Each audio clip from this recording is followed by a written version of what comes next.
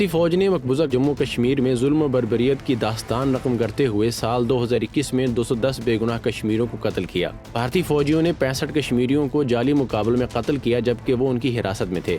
صرف دسمبر 2021 میں بھارتی فورسز نے 31 کشمیریوں کو قتل کیا، جس کے نتیجے میں ایک خاتون بیوہ اور 2 بچے یتیم ہو گئے۔ فوج اور پولیس کے اہلکاروں کی جانب سے کیے گئے بدترین تشدد کے باعث 6 افراد زخمی ہوئے جبکہ نوجوانوں سمیت 94 شہریوں کو گرفتار کیا گیا۔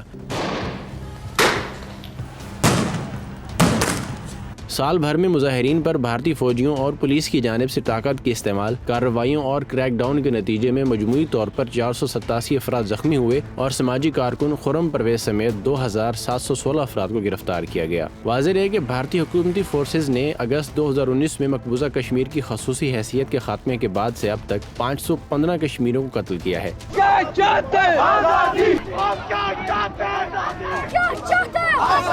یاد رہے کہ مقبوضہ جموں کشمیر میں گزشتہ 33 برسوں کے دوران 95,948 کشمیری جاں بحق ہو چکے ہیں اور یہ ہزاروں شہادتیں کسی بھی عالمی طاقت کے ضمیر کو بیدار کر کے انسانیت کے لیے آواز بلند کرنے میں ناکام رہی ہیں۔